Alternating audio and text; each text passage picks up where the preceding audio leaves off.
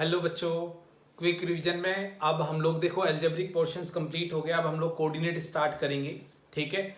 और पूरा एल्जेब्रा हम लोगों ने कंप्लीट कर लिया है। जिन बच्चों ने नहीं देखा वो वीडियो जरूर देख लें, आपको लोग लिंक नीचे मिल जाएगा, ठीक है। और जिन बच्चों ने देखा है तो वो उन पर थोड़ी क्वेश्चन प्रैक्टिस जरूर करें। अब हम लोग स्टार्ट करेंगे कोऑर्डिनेट, बहुत ज़्यादा इंपॉर्टेंट टॉपिक है।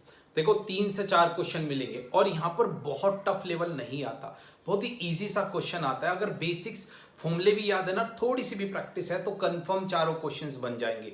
और 4 क्वेश्चन की कीमत बेटा तुम तो जानते ही हो। अब मैं ये तो कहूंगा नहीं कि 4 क्वेश्चन की कीमत तुम क्या जानो रमेश बाबू, एवरीवन नो कि 4 क्वेश्चन मतलब 16 मार्क्स, समझ रहे हो। वो 16 मार्क्स आपको बहुत ऊपर तक ले जा सकते हैं रैंक में, ठीक है बच्चों। सो चलो देखते हैं, स्टार्ट करते हैं। अच्छा, कोऑर्डिनेट में हमारे पास जैसे कि स्ट्रेट लाइन के 3 पोर्शन है, Cartesian system, straight line, pair of straight line, उसके बाद सर्कल, पैराबोला, हाइपरबोला, एलिप्स और रेक्टेंगुलर हाइपरबोला, ये सारे कवर करेंगे। अभी जो मैं कॉन्सेप्ट और फॉर्मूले बता रहा हूँ उसमें मैक्सिमम चीजें कवर कर रहा हूँ, सब कुछ जेईई मेंस की भी और एडवांस की भी। जब आप लोग एडवांस के लिए प्रिपेयर करो तो जस्ट आपको क्वेश्चन प्रैक्टिस करने पड़े, फॉर्मूले और कॉन्सेप्ट आपको आते होंगे, ठीक है। तो आज का जो हमारा टॉपिक है वो है स्ट्रेट लाइन। स्ट्रेट लाइंस क्या होती हैं और क्या क्या कंडीशंस है, ये सब कुछ आपको पता है। बहुत ही बेसिक से स्टार्ट करूंगा। देखो जरा, कार्टेशियन सिस्टम के बारे में सभी बच्चों को पता है, ठीक है। एक्स एक्सिस, वाई एक्सिस, कोई पॉइंट वगैरह के बारे में, डिस्टेंस फॉर्मूला, सेक्शन फॉर्मूला, ठीक है, मिड पॉइंट थ्योरम, यहाँ तक पता होता है। बात करते हैं सबसे पहले एरिया की। एरिया निकालने के लिए एक डायरेक्ट शॉर्टकट देख लो आप लोग, ठीक है। देखो एरिया का फॉर्मूला आप लोग को ट्रायंगल का पता होता है, ठीक है। ट्रायंगल में आप लोग ये भी लगाते हो, अगर कोऑर्डिनेट दिए हैं तो भी हम लोग ये वाला फॉर्मूला भी लगा लेते हैं। एक तो दिस वन इज, ठीक है, x1, ठीक है। यहां से हमारे पास फॉर्मूला ये वाला यूज कर लेते हैं हम लोग, y2 minus y3 up to and so on वाला, ठीक है। या एक फॉर्मूला ये है हाफ, अगर दो साइड्स दे रखी है, मैं बता भी देता हूं आप लोग को। देखो like x1 y1, x2 y2, ये a, ये b, ये c, x3 y3, ये length a, this one is c, sorry opposite side, और ये लेंथ आप लोग के पास b, ठीक है। तो साइन c, ये एंगल a होगा, ये एंगल b, एंगल c, ठीक है। या इसकी जगह ये भी लगा सकते हो, मीन्स अगर कोई दो साइड और उसके बिटवीन का एंगल, दो साइड और उसके बिटवीन का एंगल पता है तो फॉर्मूला यहां पर ये भी कह सकते हैं bc इंटू साइन a, या half of AC into sine B, कोई सा भी यूज कर सकते हैं, ठीक है। उससे अलग आप लोग के पास एप्लीकेशन ऑफ डिटरमिनेंट से भी आप लोग इसका एरिया निकाल सकते हो, ठीक है। यहाँ तक तो बात हुई इसकी। बट इन केस, अच्छा इसमें राइट एंगल ट्रायंगल होता है तो आप लोग को पता है कि उसमें हम लोग हाफ बेस इंटू हाइट लगा देते हैं, ठीक है। तो यहाँ पर हाफ बेस इंटू हाइट भी लगा सकते हो, हाफ, ठीक है, बेस इंटू हाइट, ये भी लग सकता है, ठीक है। ये तो कहानी है इसकी। बट इन केस होता आपके पास कोई क्वाड्रिलेटरल होता, पेंटागन होता, लेट करो हेक्सागन होता, तो एरिया कैसे निकालते हैं। इनके एरिया के लिए आप लोग जब करते थे, छोटी क्लास में होते थे, तो आप इन्हें दो पार्ट में डिवाइड करते थे, दो ट्रायंगल का एरिया निकाल के ऐड कर देते थे, इसके भी ट्रायंगल। बट इनकी कोई नीड नहीं है। इन सभी के लिए means area for any polygon के लिए एक सिंपल सा शॉर्टकट, ठीक है, एरिया फॉर एनी पॉलीगन।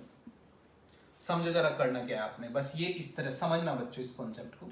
देखो ऐसा होता है हाफ, यहां पर क्या करो, जो कोऑर्डिनेट है ना, साइकिल ब्रेक नहीं होनी चाहिए, मैं सीक्वेंस वाइज सारे कोऑर्डिनेट लिखते चले जाओ, जिस कोऑर्डिनेट से स्टार्ट करोगे उसी से एंड करोगे। लेट करो आपके पास पेंटागन होता, हेक्सागन होता, ठीक है। ये देखो, तो जैसे ये है क्वाड्रिलेटरल, x1 y1, फिर x2 y2, x3 y3, x4 y4। देखो समझो जरा, अगर आप लोग के पास लेट करो, लेट किया है मैंने कि ट्रायंगल है तो जिससे स्टार्ट करो उसी से एंड कर दो। लेट करो आपके पास क्वाड्रिलेटरल होता तो एक और पॉइंट बढ़ जाता, पेंटागन होता, ठीक है, तो एक पॉइंट और बढ़ जाता। और अगर लेट करो पेंटागन है तो जिससे स्टार्ट किया उसी से एंड कर दो, लाइक x1 और y1, जिससे स्टार्ट उसी से एंड। कहीं से भी स्टार्ट कर सकते हो बट साइकिल ब्रेक नहीं होनी चाहिए। उसके बाद होता क्या है बच्चों, ये वाले दिख रहा है आप लोग को यहाँ तक, ये वाले देखो जरा, इनका प्रोडक्ट का सम करना है आप लोगों ने, और ये जो मैं कर रहा हूं इनके प्रोडक्ट का, इनके प्रोडक्ट को सब्ट्रैक्ट करना है, लाइक दिस, कि हाफ ऑफ, ध्यान से समझना, ये वाले दिस ऐसे क्रॉस लगाओ पहले, ठीक है, फिर ऐसे डॉट डॉट, ये ऐसे।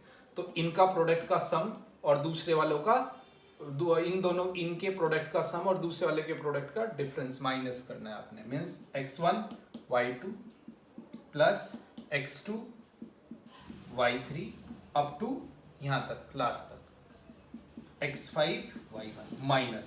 अब ये डॉटेड वाले ले लो भाई, डॉटेड में आपके पास x2 y1, ठीक है, फिर आपके पास x3, ठीक है, y2 up to and so on, last का जो आपके पास आएगा x1 y5। ठीक है बच्चों, मोड बाहर लगा दिया क्योंकि आपको पता है एरिया पॉजिटिव होता है। तो किसी भी चाहे उसमें क्वाड्रिलेटरल हो, पेंटागन हो, इवन ट्रायंगल हो, हेक्सागन हो, कुछ भी हो, सबका एरिया निकाल सकते हैं। लेट करो इसके मैंने कोऑर्डिनेट लिए, लेट करो 0,0 1,2 3,4 0,3, ठीक है। तो इसका एरिया निकालना है। अगर एक छोटा सा एग्जांपल लेके बताऊं मैं आपको, ठीक है, तो कोई सी भी साइड यहाँ से कहीं से भी स्टार्ट करते हो। मैं 0 0 से स्टार्ट किया, 0 0 के बाद 1 2 1 2 के बाद 3 4 3 4 के बाद 0 3, और जिससे स्टार्ट किया उसी से एंड। देखो जरा, this into this into this into this, और ये डॉटेड वाले माइनस करेंगे, ठीक है, ये डॉटेड वाले माइनस करेंगे। तो हाफ ऑफ, देखो जरा, ये 0 ये 4 ये 9 खत्म, ये तो 0 ये 0, ये आप लोग के पास 6, ये 0 ये 0, बस। ठीक है भाई बच्चों, कोई दिक्कत? तो ये कितना आ जाएगा आप लोग के पास 7/2।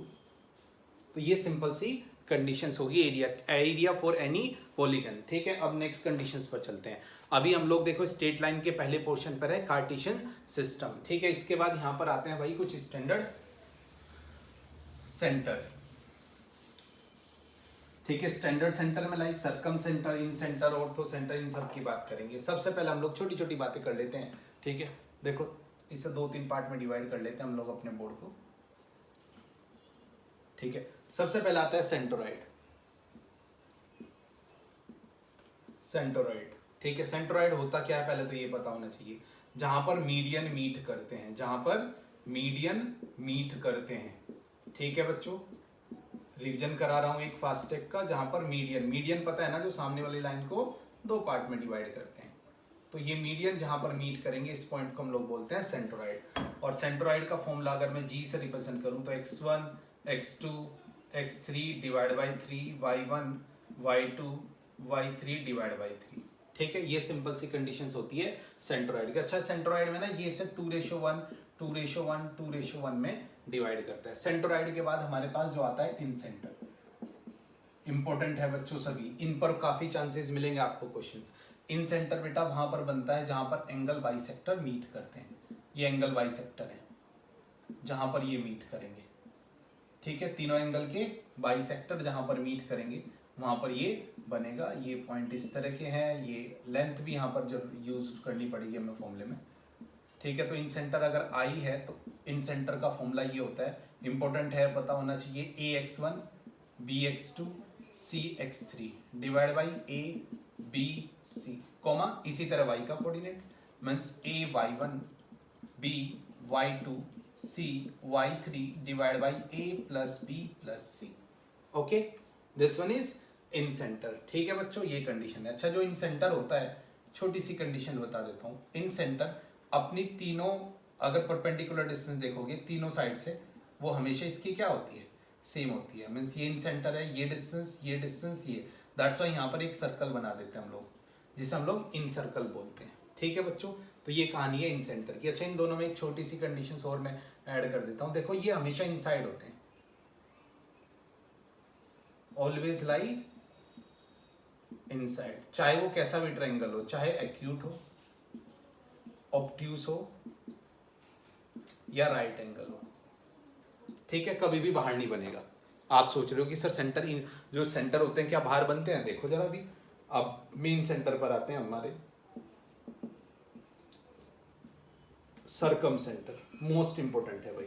सबसे ज्यादा क्वेश्चन सरकम सेंटर और ऑर्थो सेंटर पर बेस्ड आपको मिलेंगे।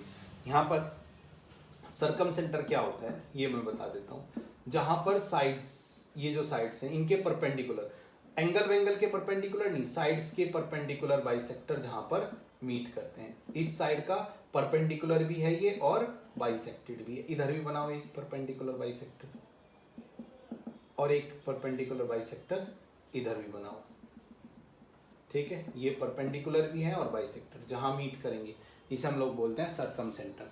इसकी कुछ प्रॉपर्टी है बच्चों सर्कम सेंटर की, ठीक है, वो हम लोग ध्यान से देखेंगे, ठीक है। इसे लेट कर लो आप ओ डैश।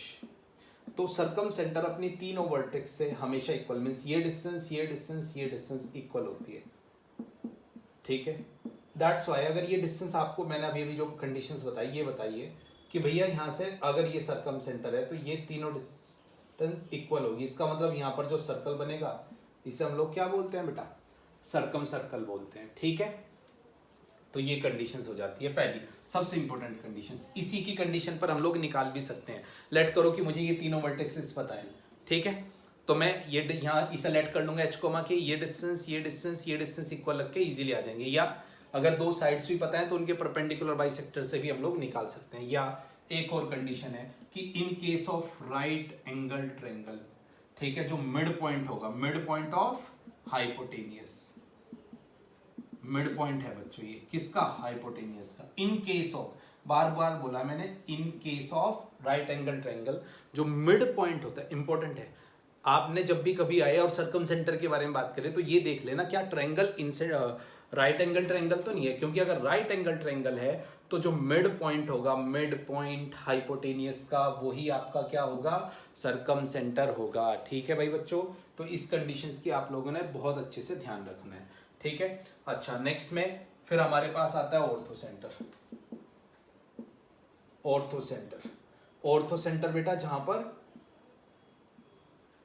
जहां पर ऑल्टीट्यूड मीट करते हैं, ये ऑल्टीट्यूड है, ठीक है, पता है ना, सामने वाली लाइन पर परपेंडिकुलर, एक वर्टेक्स से सामने वाली लाइन पर परपेंडिकुलर। भाई ये सबसे इंपॉर्टेंट है, सबसे ज्यादा क्वेश्चन जो आते हैं जेईई मेंस में, अगर चारों सेंटर की बात करोगे तो ऑर्थो सेंटर पर आते हैं, जहां पर कहाँ कब बनता है बेटा, जहां पर ऑल्टीट्यूड मीन्स एक पॉइंट से सामने वाली लाइन पर डाला गया परपेंडिकुलर, जहां मीट करते हैं उस पॉइंट को हम लोग बोलते हैं ऑर्थो सेंटर। ओ सिंपल सी कंडीशंस, ठीक है।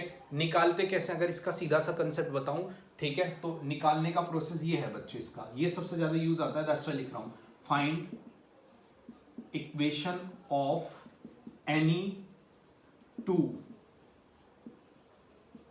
एल्टीट्यूड, किन्हीं दो एल्टीट्यूड की इक्वेशन निकालनी है, then find their intersection point.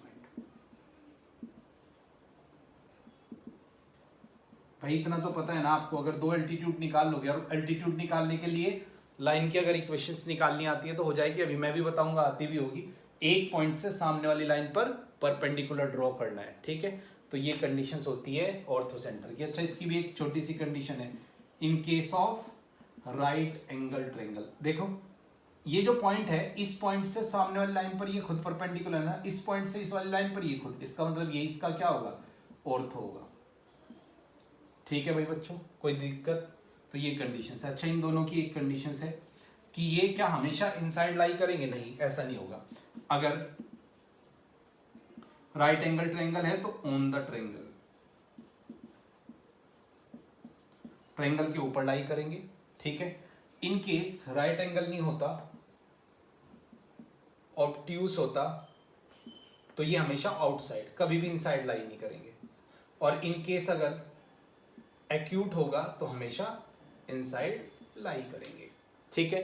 तो ये कहानी थी भाई इन सब की, जो मेन हमारे सेंटर होते हैं। फिर भी कुछ एडिशनल सेंटर भी होते हैं, वो भी मैं आप लोगों को बता देता हूँ। बहुत ही भाई ये तो बहुत इंपॉर्टेंट है, ठीक है। ऑर्थो सेंटर के लिए बस आपको क्या करना है, किसी भी तरह एक लाइन से सामने वाली लाइन पर परपेंडिकुलर ड्रॉ, ठीक है। दो परपेंडिकुलर निकाल लोगे, equations of two perpendicular from any two vertices और उनका जस्ट इंटरसेक्शन पॉइंट। नेक्स्ट इनके बारे में छोटी छोटी चीजें और हैं, फिर हम लोग स्ट्रेट लाइन पर चलेंगे इसके बाद।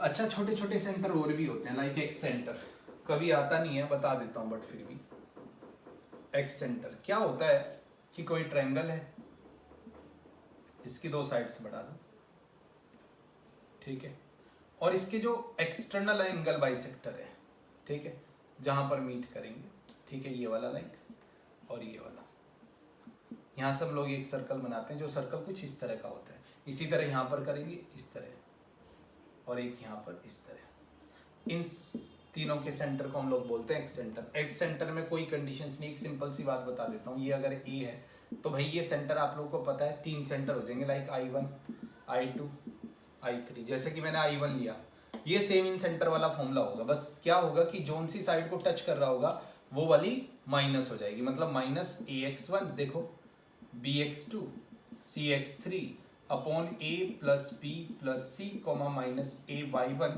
BY2 CY3 divide by A plus B plus C। That's it, खत्म, गया, टाटा।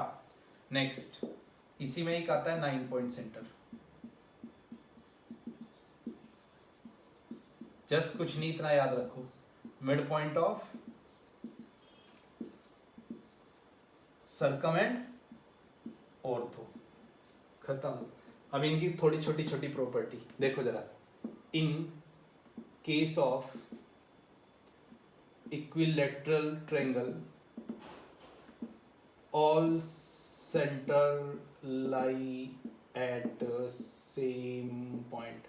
ऑल सेंटर में बता देता हूँ, एक्स सेंटर को नहीं मैंने इंक्लूड किया है बच्चों, ठीक है, उस अलग सभी, एक्स सेंटर को छोड़ के जितने में हुए, ठीक है, उससे अलग सभी सेम पॉइंट पर होंगे। लाइक वो चाहे हमारा सेंट्रोइड हो, इन सेंटर हो, सरकम सेंटर हो, सब जगह एक ही जगह लाई करेंगे। सबसे इंपॉर्टेंट पॉइंट ये है बच्चों, CCO मतलब सरकम, पहले लिखना, सरकम, सेंट्रोइड और ऑर्थो आर कोलिनियर। ये कोलिनियर होते हैं, एक ही लाइन पर लाई करते हैं। कौन कौन? हमेशा सभी ट्रायंगल में, सरकम सेंटर, ठीक है, सेंट्रोइड और ऑर्थो। ध्यान से समझना, और सबसे इंपॉर्टेंट प्रॉपर्टी है, समटाइम कुछ नहीं देगा आपको, इनमें से अगर कोई 2 देगा तो तीसरी निकाल लोगे। और ये किस रेशो में डिवाइड करते हैं ये भी हमें पता है, 1:2 में। ये 1:2 में डिवाइड करते हैं। वही सबसे इंपॉर्टेंट प्रॉपर्टी है। सरकम सेंटर ऑर्थो सेंटर के बीच के डिस्टेंस को, सेंट्रोइड बीच में है, सेंट्रोइड 1:2 में डिवाइड करता है। दिमाग में ना सेट कर लो बिल्कुल बातें, एक एक चीज, ठीक है। देखो यहाँ पर कोऑर्डिनेट में कुछ नहीं, बस फॉर्मूले अच्छे से आने चाहिए, थोड़ी बहुत भी कैलकुलेशंस और अप्लाई करना आता है ना, बहुत इजीली क्वेश्चन हो जाएंगे। सेट कर लो बिल्कुल, ठीक है। तो ये कहानी थी भैया स्टैंडर्ड सेंटर की, ठीक है। आगे चलते हैं बच्चों हम लोग। अब इसमें जो नेक्स्ट कंडीशंस है उसकी हम लोग बात कर लेते हैं। नेक्स्ट कंडीशंस में हमारे पास जो आएगा थर्ड केस में, उसमें shifting of origin, shifting of origin means ये ओरिजिन है, ये कोई पॉइंट है, लेट करो XY, और ओरिजिन को शिफ्ट कर दिया 0,0 से H,K पर, ठीक है। तो अब भाई इसके रेस्पेक्ट में इसके कोऑर्डिनेट कुछ और होंगे, इसके रेस्पेक्ट में कुछ और होंगे। तो ये अभी P है, तो जो न्यू कोऑर्डिनेट है P' वो कैपिटल X, कैपिटल Y। तो सिंपल सी जो कंडीशंस होती है उसकी हम लोग बात कर लेते हैं। ये होता है old coordinate equals to new coordinate plus shifting, old coordinate is new coordinate plus shifting. ये ओल्ड है, ओल्ड इज गोल्ड, और ये न्यू पुरम गोल्ड, और ये आपका शिफ्टेड ओरिजिन, ठीक है। कभी भी समटाइम ये देगा, ये देगा, ये पूछेगा, समटाइम ये दोनों दे देगा, ये पूछेगा, समटाइम ये दोनों मिल जाएगा तो शिफ्टेड पूछ लेगा, बता सकते हो। फिर आती है रोटेशन। रोटेशन मतलब अगर मैं अब ओरिजिन फिक्स रखा, लेट करो भूकंप आता है ना कभी कभी, अर्थक्वेक, तो आप लोग क्या करते हो, ऐसे थोड़ा सा टिल्ड हो जाते हो, तो ऐसे ऐसे टिल्ड कर दो, लेट करो किसी एंगल पर। ओरिजिन फिक्स है बट जो कोऑर्डिनेट एक्सिस है वो किसी एंगल पर रोटेट कर दिया अल्फा पे। तो अब क्या होगा भाई, अब कोई अगर पुराना कोऑर्डिनेट होगा X, Y, अब इसके रेस्पेक्ट में इसके अलग होंगे, बट जो नया होगा इस वाले के रेस्पेक्ट में होगा, उसके लिए ये X एक्सिस होगा और ये Y एक्सिस होगा, एक तरह से, ठीक है। तो वो लेट करो कैपिटल X। फिर इसे याद करने के लिए ना ये टेबल बनानी पड़ेगी आपको, ठीक है, तो इजीली याद होगा, ठीक है। ऊपर X, Y ओल्ड कोऑर्डिनेट, ऊपर क्या है फिर अगेन ओल्ड इज गोल्ड, और नीचे यहां पर न्यू फ्रॉम गोल्ड, ये न्यू कोऑर्डिनेट, ठीक है। यहाँ पर है आपका कॉस थीटा, यहाँ कॉस थीटा, तो यहाँ पर कॉस थीटा अल्फा ले लो क्योंकि मैंने यहाँ अल्फा लिया है, ठीक है, और ये माइनस साइन अल्फा। इसका मतलब समझा देता हूँ, चलो लेट करो, आपको पुराने दे दिए और नए पूछे हैं, तो इसका प्रोडक्ट इसके साथ, मतलब कैपिटल एक्स अगर देखोगे इसका प्रोडक्ट इसके साथ, x cos alpha y sine alpha, ठीक है। और जैसे वाई वाला कोऑर्डिनेट भी निकालना है नए वाला, तो ये ऐसा मल्टीप्लाई होंगे, minus x sine alpha plus y cos alpha. इसी तरह अगर पुराने वाला x निकालना होता तो इन्हें इसके साथ मल्टीप्लाई करके ऐड करके, y में इन्हें इसके साथ मल्टीप्लाई करके ऐड। इसमें एक छोटी सी शॉर्ट ट्रिक्स ये है, ठीक है, कि अगर आपके पास ये इक्वेशन मिले 2gx plus 2fy plus c equals to 0, बताऊंगा इसके बारे में। कोनिक की इक्वेशंस होती है कंप्लीट जो सभी कुछ को रिप्रेजेंट करती है। अगर ये चीज आप लोग को मिले और मैं कहूं, ठीक है, कि एट विच एंगल, ठीक है, coordinate axis are rotated, so x y term, जो एक्स वाई वाली टर्म है ये वाली मिसिंग इन न्यू इक्वेशन, जो नई इक्वेशन आएगी उसमें क्या हो जाए, एक्स वाई वाली टर्म मिसिंग हो जाए। किस एंगल पर रोटेट करूं कि जब इक्वेशन चेंज हो जाएगी भाई, रोटेट करते ही साथ, तो उसमें एक्स वाई वाली टर्म तो डायरेक्ट याद रख सकते हो, tan 2 theta 2h upon a minus B, means कौन से एंगल पर, ये थीटा एंगल है जिस पर आप लोग को रोटेट करना होगा। ओके बच्चों, ये था कार्टेशियन सिस्टम। अब जल्दी जल्दी आते हैं स्ट्रेट लाइन पर, लास्ट में pair of straight line. Okay, सभी कॉन्सेप्ट कवर हो गए हैं। अब आते हैं भैया स्ट्रेट लाइन, स्ट्रेट लाइन की इक्वेशन। सबसे पहले इक्वेशन से पहले देखो, सबसे इंपॉर्टेंट एक चीज अपने माइंड में रखना है कि स्ट्रेट लाइन की इक्वेशन निकालने के लिए क्या चाहिए, दो यंत्र चाहिए बेटा, सिर्फ दो यंत्र, एक स्लोप और दूसरा पॉइंट। देखो पॉइंट तो मैक्सिमम मिल जाता है, दिक्कत सबसे ज्यादा स्लोप करता है, तो पहले स्लोप ही देख लेते हैं क्या होता है। स्लोप सबसे पहले, स्लोप बेटा अगर कोई लाइन है वो अगर एक्स एक्सिस की पॉजिटिव डायरेक्शंस के साथ थीटा एंगल बनाती है तो slope m is tan theta, मतलब इसका टेंजेंट, जिसे हम लोग रेट ऑफ चेंज भी बोलते हैं, ठीक है बच्चों। अच्छा, अगर एंगल नहीं दे रखा है तो क्या कंडीशंस है, तो ये है कि भाई दो पॉइंट दे दो आप हमें इस पर, है ना, और दो पॉइंट मिल जाएंगे तो formula y2 minus y1 upon x2 minus x1 slope निकालने का, ठीक है। तो ये तो मेथड है स्लोप निकालने का, ठीक है बच्चों।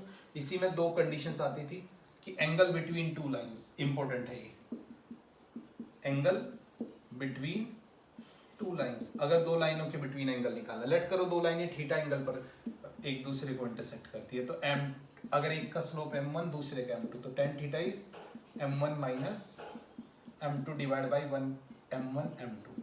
बच्चे ना ये कह देते हैं कि सर ये तो बुक में तो m2 माइनस m1 लिखा है, बट उससे कोई फर्क नहीं पड़ता बिकॉज मोड लगा है, चाहे m1 माइनस m2 निकालो चाहे m2 माइनस m1 लिखो, कोई फर्क नहीं पड़ेगा। अच्छा, इसमें भी दो कंडीशंस, कंडीशन नंबर 1, इफ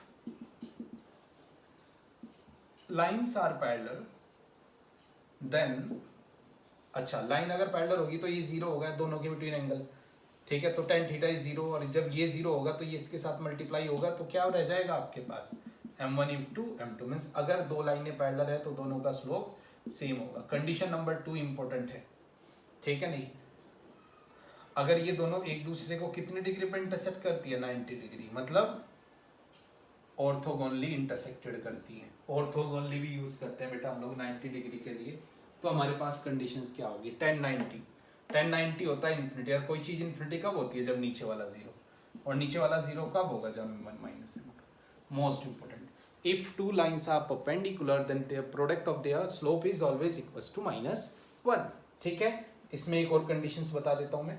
अच्छा, यहाँ डायरेक्ट देख सकते हैं हम लोग, मतलब ये है इसका कि अगर एक का स्लोप 3 है तो दूसरे का इसका रेसिप्रोकल होगा और अपोजिट साइन का होगा, मीन्स दूसरे का स्लोप क्या होगा, -1/3, परपेंडिकुलर है अगर ये, अगर एक का स्लोप -3/2 है तो दूसरे का क्या होगा, 2/3, तो डायरेक्ट भी लिख सकते हो, ठीक है। ये शायद आपको दिख नहीं रहा होगा, यहाँ मैंने बोला कि अगर दो लाइनें परपेंडिकुलर है तो अगर एक का स्लोप 3 तो दूसरे का स्लोप क्या होगा, -1/3, एक का स्लोप -1/2 तो दूसरे का स्लोप क्या होगा, 2, अगर एक का स्लोप -3/7 तो दूसरे का क्या होगा, 7/, अपोजिट रेसिप्रोकल और अपोजिट साइन का, अगर एक का स्लोप 7/9 होगा तो दूसरे का क्या होगा -9/7। ठीक है, डायरेक्ट यूज कर सकते हो। तो ये तो थी भैया स्लोप की बात। अब देख लेते हैं लाइन की इक्वेशंस कैसे निकालते हैं। Equation of a line. ठीक है, लाइन की इक्वेशन निकालने की बहुत सारी फॉर्म हमें पता है, सभी फॉर्म आनी जरूरी है। ठीक है, बट मोस्टली जो इक्वेशंस यूज होती है, ठीक है, इक्वेशन ऑफ स्ट्रेट लाइन, तो उसमें हम लोग क्या यूज करते हैं बच्चों सबसे ज्यादा? ये देखो जरा, अगर एक लाइन के ऊपर एक पॉइंट x1, y1 और स्लोप दे दूं मैं आपको m, सबसे ज्यादा यही यूज करेंगे। तो y minus y1 equals to x, मैंने 11th में आप लोगों को इसका प्रूफ भी कराया था। ठीक है, ये दूसरी फॉर्म होती है आप लोगों की स्लोप इंटरसेप्ट। अच्छा, इसी फॉर्म में ना एक छोटी छोटी चीजें चेंजेस हो जाते हैं। समटाइम ये m डायरेक्ट नहीं देगा, समटाइम दे देगा एंगल थीटा, तो आप लोग ऐसे निकाल लेना। समटाइम अगर 2 पॉइंट दे देगा, फिर क्या करोगे? 2 पॉइंट अगर मैं दे दूं, स्लोप ना दूं, तो आप लोग ये वाला फॉर्मूला लगा दोगे। ठीक है, एनसीईआरटी में इसे अलग अलग कंडीशंस दे रखी है, मैंने एक में ही करा दी। ठीक है, फिर आती है स्लोप फॉर्म, स्लोप इंटरसेप्ट। अगर कोई लाइन y एक्सिस को c पर और स्लोप 1 हो तो equation is y equals to mx plus c। जब भी आप लीनियर इक्वेशन लेट करते थे तो सबसे ज्यादा इसका यूज करते थे, जहां पर ये स्लोप है बच्चों और ये क्या है? Intercept on y axis. उसके बाद हमारी आती थी इंटरसेप्ट फॉर्म। मींस अगर एक लाइन x एक्सिस को a पर और y एक्सिस को b पर, इंटरसेप्ट पता लग जाए बस। ठीक है, तो x by a y by b equals to 1। बेटा प्लस माइनस डिपेंड करेंगे कि कौन सी पैर, अगर इधर होते तो यहाँ पर y पॉजिटिव हो जाता, x नेगेटिव, ऐसे होता तो दोनों नेगेटिव हो जाता, ऐसे हो जाता तो आप लोग के पास पॉजिटिव नेगेटिव। तो इस चीज का आप लोगों ने ध्यान रखना है। ठीक है भाई बच्चों, नेक्स्ट कंडीशंस। इसके बाद स्लोप इंटरसेप्ट फॉर्म के बाद नॉर्मल फॉर्म, जिसका हम लोग कभी यूज नहीं करते हैं, एनसीईआरटी का टॉपिक है। फिर भी अगर किसी इससे परपेंडिकुलर डिस्टेंस दे दूं मैं आपको p, और ये परपेंडिकुलर अगर अल्फा एंगल बनाता है with the positive direction of x axis, तो equations x cos alpha plus y sin alpha equals to p, where p is a perpendicular distance and alpha is a angle made by perpendicular with the positive direction of x axis। अच्छा, ये form देखो, ये थोड़ी सी कम देखने को मिलती है, distance, या मैं इसे पैरामेट्रिक फॉर्म भी हम लोग बोलते हैं। देखो, अगर कोई लाइन के ऊपर, ये इंपॉर्टेंट है, इसका हम लोग यूज कर लेते हैं। ठीक है, किसी लाइन के ऊपर एक पॉइंट दे रखा है, ठीक है, r डिस्टेंस बाद, ठीक है, अनदर पॉइंट दे रखा है।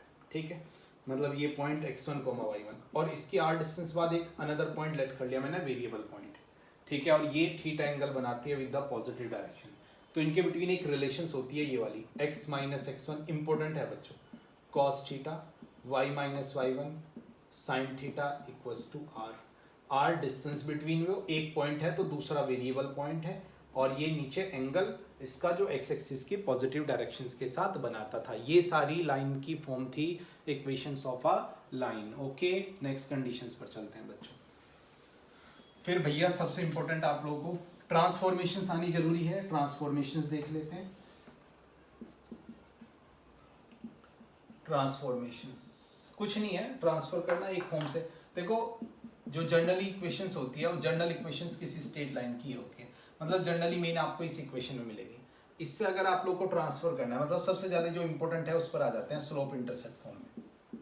मतलब लेट करो स्लोप निकालना है, तो आपको पता है कि स्लोप इंटरसेप्ट फॉर्म जो हमारी होती थी, ये होती थी y equals to mx plus c। तो y को एक साइड कर दो और सबको एक साइड, मतलब लाइक दिस, और b से डिवाइड कर देते थे आप लोग। मीन्स जैसे 3x माइनस 4y प्लस 7, इसका स्लोप, तो आप लोग ये कहते थे ना, इसे उधर भेज दो और 3x प्लस 7 और 4 से डिवाइड कर दो, तो ये पता लग जाएगा ये स्लोप है। ठीक है, इंटरसेप्ट में भी कर सकते हो। इंटरसेप्ट में क्या हो जाएगा कि इंटरसेप्ट में आप लोग को पता है कि सर इस साइड कांस्टेंट होता है, वो भी 1, तो divide by minus c divide by b, means x by minus c by a y minus c by b equals to, इसकी जरूरत नहीं पड़ती, ये intercept on x axis and y axis. Because अगर हमें इंटरसेप्ट निकालना है एक्स एक्सिस पर, तो वाई को 0 कर देना, और अगर आपको वाई पर निकालना है तो एक्स को 0 पर, तो डायरेक्टली वैल्यू आ सकती है।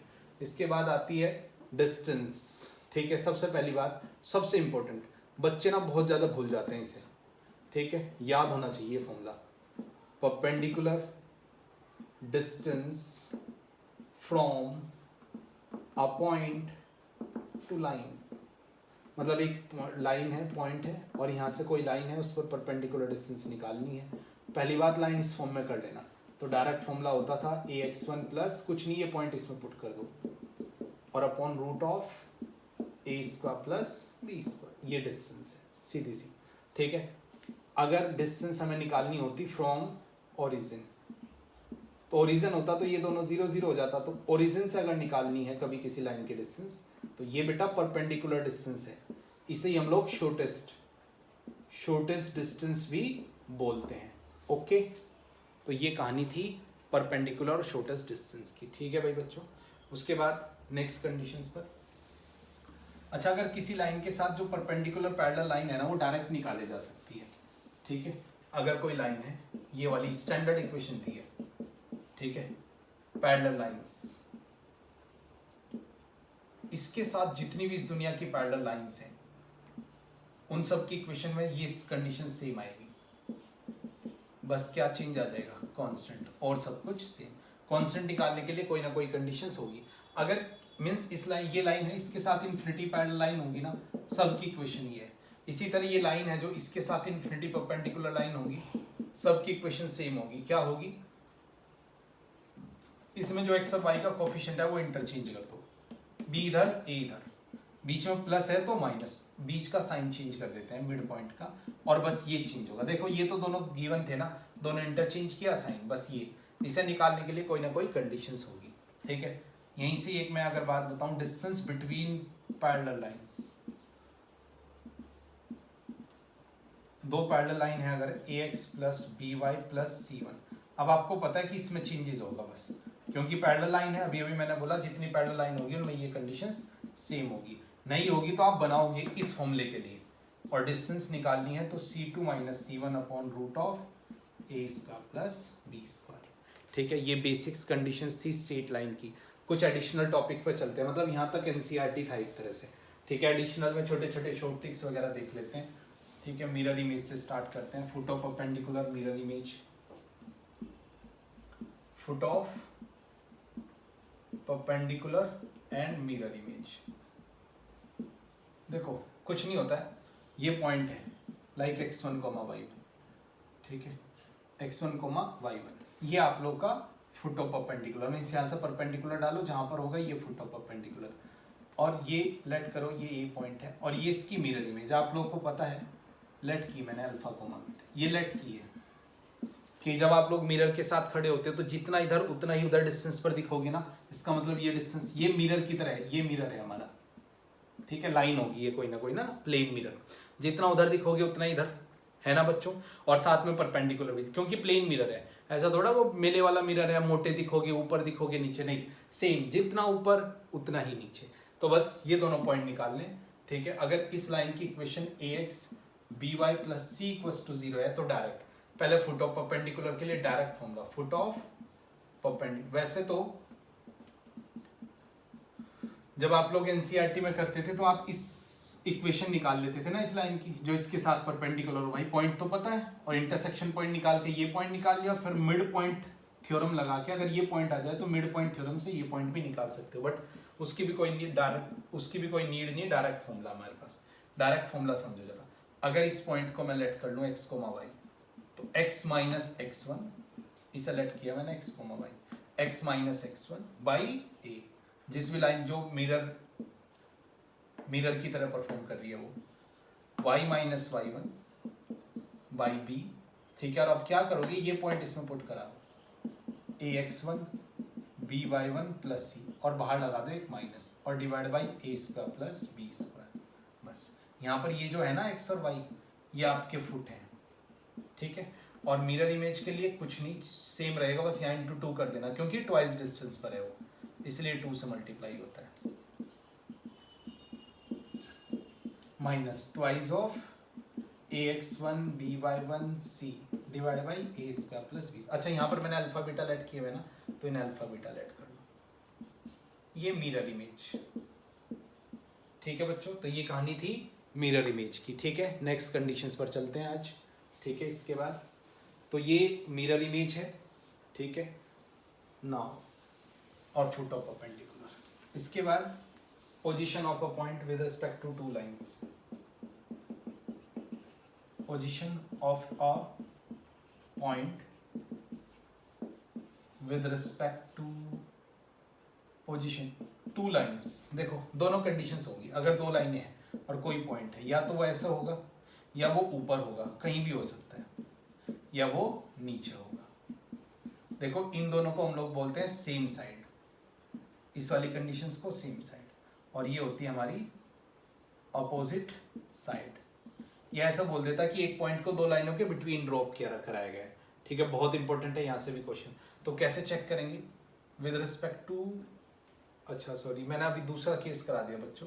ठीक है, position of a point with respect to two lines. नहीं सही है, यही वाला केस है. ठीक है, तो अगर मैं दो लाइनों की equations like this a2x b2y plus c2, तो कुछ नहीं करना, ये पॉइंट दोनों लाइनों में पुट करा दो आप. पहले वाली लाइन में भी और दूसरी वाली लाइन में भी. और अगर दोनों का प्रोडक्ट आया ग्रेटर देन 0, तो ये कंडीशंस होती है. इसका मतलब वो क्या है? सेम साइड है. और अपोजिट साइड, अपोजिट साइड के लिए इन दोनों का प्रोडक्ट क्या आ जाएगा? नेगेटिव. क्योंकि एक ऊपर होगी मीन्स एक पॉजिटिव देगी और दूसरा क्या देगी? नेगेटिव देगी. दैट्स व्हाई प्रोडक्ट क्या आ जाएगा? नेगेटिव. अच्छा रिवर्स में भी चलता है. अगर एक लाइन होती है और दो पॉइंट होते हैं तब भी चलेगा ये, सेम कंडीशंस. बस अब लाइन एक है, पॉइंट दो है, अभी भी वही दो. अब दोनों पॉइंट पुट करा दो भाई. ऐसा होगा ना, ये अपोजिट साइड होगी, या दोनों पॉइंट एक ही साइड हो जाते, यहाँ पर हो जाते. ठीक है, ax2 by2 प्लस c2, ये सेम साइड, दोनों पॉइंट सेम साइड, और ये अपोजिट साइड. सॉरी, ये c है बच्चों. दूसरा पॉइंट लेस देन 0. ये सीधी सी कंडीशन इसकी सेकेंड केस की. ठीक है, position of a point with respect to two lines and position of two point with respect to a line. ठीक है भाई बच्चों, नेक्स्ट कंडीशंस पर. अच्छा मिरर इमेज, मैंने एक छोटा सा बेसिक चीज बता देता हूँ मैं मिरर इमेज में. देखो अगर कोई पॉइंट है x1 को और इसकी मिरर इमेज निकालनी है with respect to x axis, तो y के कोऑर्डिनेट का साइन चेंज कर देना. विद निकालनी है with respect to y axis, तो x के जो कोऑर्डिनेट है उसका साइन कर देना चेंज. डायरेक्ट निकाल सकते हो अगर. ठीक है, पता है ना ये y equals to 0 x axis की इक्वेशन और y की x इक्वल्स टू. अच्छा अगर ओरिजिन के रिस्पेक्ट में मिरर इमेज निकालनी तो दोनों का साइन चेंज कर देना. और सबसे इंपॉर्टेंट पता है क्या बच्चों? ये एक लाइन होती है y इक्वल्स टू x जो हमेशा मिरर इमेज बनाती है. ठीक है, मिरर इमेज के लिए किसी भी पॉइंट का. तो अगर इस पॉइंट की मिरर इमेज निकालनी है इसके रेस्पेक्ट में, तो दोनों अपोजिट कर दो, दोनों कोऑर्डिनेट इंटरचेंज हो जाएंगे बस, और कुछ नहीं करना.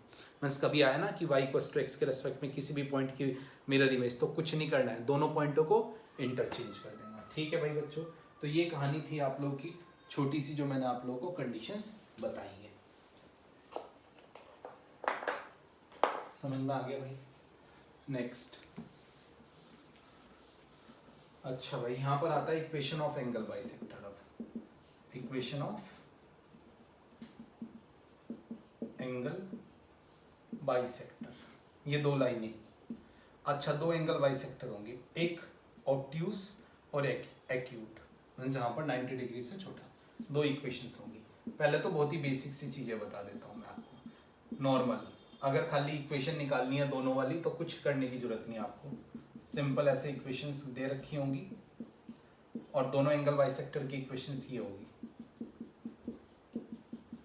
Upon root of a1 square b1 square equals to plus minus a2x b2y c2 upon root of a2 square plus b2. एक बार प्लस लेना, एक बार माइनस. बट अगर इसमें हमें चाहिए अलग अलग, मैंने बोला कि इसमें अब ये बताओ कौन सा एक्यूट और कौन सा ऑब्ट्यूज. अब तो दिक्कत आ जाएगी यार, अब तो चेक करना पड़ेगा कि कौन सा एक्यूट और कौन सा ऑब्ट्यूज. तो उसके लिए हम लोग क्या करेंगे ये देख लेते हैं.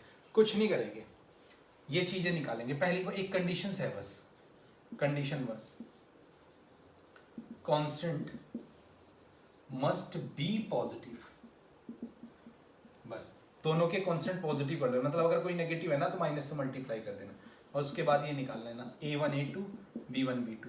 हम लोग जब मैं आपको 3D पढ़ाऊंगा वहां पर भी सेम कंडीशंस बताऊंगा, ठीक है। और ये निकालने के बाद यहाँ से दो कंडीशंस आएगी, sorry a1 a2 b1 b2, दो कंडीशंस आएगी, या तो ये आएगा पॉजिटिव या ये आएगा नेगेटिव। अगर पॉजिटिव आया, ठीक है, तो अब ये होता है कि इन प्लस माइनस में से कौन सा लें, प्लस लें या माइनस लें। तो देखो जरा, अगर एक्यूट एंगल बाइसेक्टर चाहिए तो आप लोग लोगे माइनस,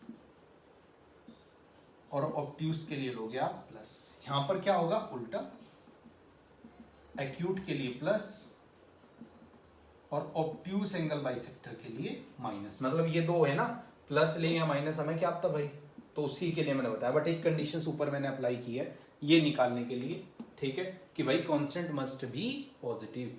तो ये इक्वेशंस थी, इक्वेशन ऑफ एंगल बाइसेक्टर। किसी भी लाइन की एंगल बाइसेक्टर की इक्वेशंस कैसे निकालते हैं उसकी कंडीशंस मैंने आप लोगों को बताई है। ये कंडीशंस आप लोगों को पता होनी जरूरी है, ठीक है, क्योंकि बेटा हम लोग कॉन्सेप्ट सारे कवर कर रहे हैं, चाहे ये मीन्स के हो और चाहे एडवांस के हो, ठीक है।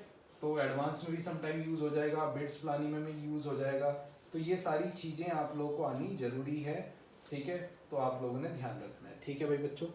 अब बात करते हैं नेक्स्ट, छोटे मोटे कॉन्सेप्ट और रह गए बस। कॉन्करेंट फैमिली ऑफ लाइंस, ठीक है, कॉन्करेंट कंडीशंस, ठीक है। देखो अगर कोई तीन लाइनें हैं, वो तीन नीवन तीन से ज्यादा भी हो सकती हैं, ऐसी लाइनें जिनका कॉमन इंटरसेक्शन पॉइंट होता है। मैं तीन के लिए कह रहा हूँ आप लोग के पास, अगर तीन लाइनें हैं, ठीक है, लेट करो a2x b2y प्लस c2। वैसे तो मैं बेसिक्स कंडीशंस बता देता हूँ, अगर लाइंस कॉन्करेंट है तो इनका इंटरसेक्शन पॉइंट सेम होगा, तो क्या करना, किन्हीं दो का इंटरसेक्शन पॉइंट निकाल के तीसरे में पुट कर देना, या फिर एप्लीकेशन ऑफ डिटरमिनेंट a2, इनकी डिटरमिनेंट बनाना कोएफिशिएंट की, और ये हमेशा क्या देगी, जीरो देगी। सिंपल सी कंडीशंस। फिर आती है हमारी family of lines, most important. देखो किन्हीं दो लाइनों के इंटरसेक्शन पॉइंट से होके जाने वाली जितनी भी लाइनें हैं उन्हें सबको फैमिली ऑफ लाइन, भाई सेम फैमिली की हैं, या ये बोल दूं मैं, ऐसी लाइनें जो कॉन्करेंट है तो उनकी फैमिली सेम है। तो अगर मैं इनमें से कोई सी दो इक्वेशंस आपको मिल जाए तो फिर किसी दूसरी इक्वेशंस को भी आप लोग इजीली निकाल सकते हो। लेट करो दो equation they the like this, ठीक है, और इनकी इक्वेशंस निकालनी है फैमिली ऑफ लाइन की। तो इसके साथ मतलब इन दोनों के इंटरसेक्शन पॉइंट से जाने वाली इन्फिनिटी लाइंस होंगी, सबकी इक्वेशन सेम। देखो ये इक्वेशंस होगी सबकी, कोई चेंजेस नहीं है, बस एक चीज वेरी करेगी, कौन, लैम्डा।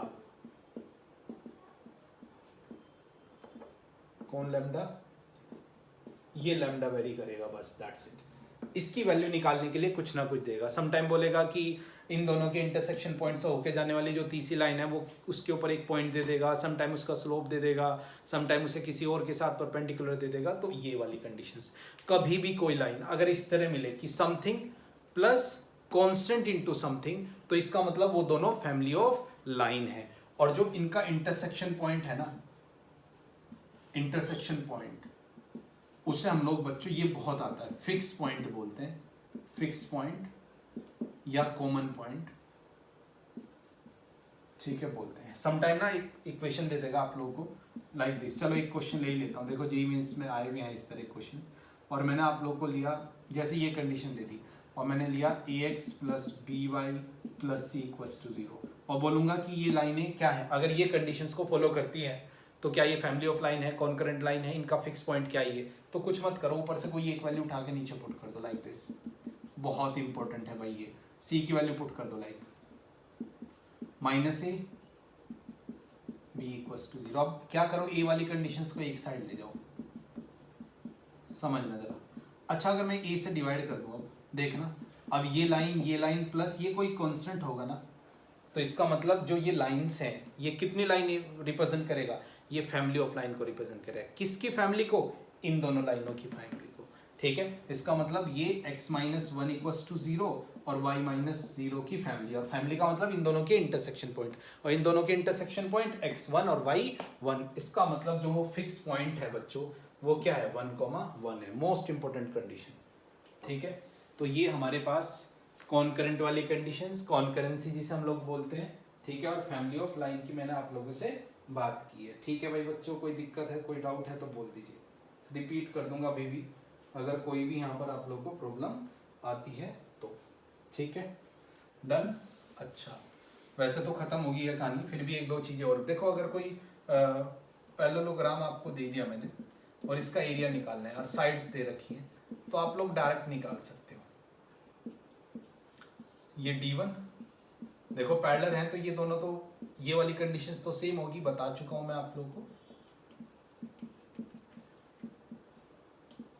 ठीक है। ये A2x B2y और D2 इक्वल्स टू 0, सॉरी इसे ले लो C1 A2x B2y और C2, देखो ये भी पैरेलल है ना, तो ये C। तो एरिया अगर इनका निकालना है ना तो डायरेक्ट निकाल सकते हो, D1 minus D2 distance into C1 minus C2 distance और डिवाइड बाई यहाँ पर A1 B2 minus A2 B1, that's it, ठीक है। तो ये सिंपल सी कहानी है एरिया ऑफ पैरेललोग्राम। अगर चारों साइड्स पता है तो आप लोग इसमें डायरेक्ट फॉर्मूला लगा सकते हो, आप लोगों को कोई दिक्कत नहीं आएगी, ठीक है भाई बच्चों। तो ये कहानी थी स्ट्रेट लाइन की। आज की क्लास को यहीं पे रोकते हम लोग, ठीक है। मैं अभी पेयर ऑफ स्ट्रेट लाइन आप लोग के जेईई मेंस के सिलेबस में आती भी नहीं है, ठीक है। वैसे पेयर ऑफ स्ट्रेट लाइन की मैं कंडीशंस बता देता हूँ, बहुत ही सिंपल सी मतलब एक जो चीज़ पता होनी चाहिए कि होती क्या है, कि इन्हीं दो लाइनों के प्रोडक्ट ऐसे L1 into L2 equals to 0, मतलब मिक्स होंगे। अगर कोई एक लाइन ये है और दूसरी लाइन ये है, एक्चुअली थोड़ा सा टाइम कम है तो इनका प्रोडक्ट 1 1 1 2 2 2, ठीक है। तो इस तरह है। अगर आपके पास कभी आई भी तो कुछ ऐसा ट्राई करना कि इस तरह के पेयर बन जाए, जैसे फैक्टर नहीं बनाते आप, जैसे क्वाड्रेटिक है वो भी तो पेयर ऑफ स्ट्रेट लाइन है, फैक्टर बनाते हो, तो इसी तरह फैक्टर वगैरह बना के अलग अलग करने की ट्राई करना, और उसके बाद नॉर्मल जितने ऑपरेशंस हमने पढ़े हैं वो पढ़ सकते हो बच्चों। बहुत इंपॉर्टेंट है ये जो अभी आज हम लोगों ने पढ़ा। अगर ये इस पर अच्छी कमांड है तो आप लोग को जो नेक्स्ट मेरा लेक्चर होगा सर्कल का, पैराबोला, हाइपरबोला, इलिप्स, जहाँ से इंपॉर्टेंट क्वेश्चंस आते हैं वहाँ पर आपको कोई दिक्कत नहीं आएगी, और 4 क्वेश्चंस अप्रोक्स आइडिया लगा के चलो आएंगे, ठीक है। और इजी क्वेश्चंस, प्लीज़ मेहनत करो, ठीक है, अच्छे से पढ़ो, और वीडियो को लाइक कर दिया करो यार, और सब्सक्राइब तो भाई प्लीज़, ठीक है बच्चों। ओके बेटा, बाय बाय, नेक्स्ट क्लास मिलेंगे।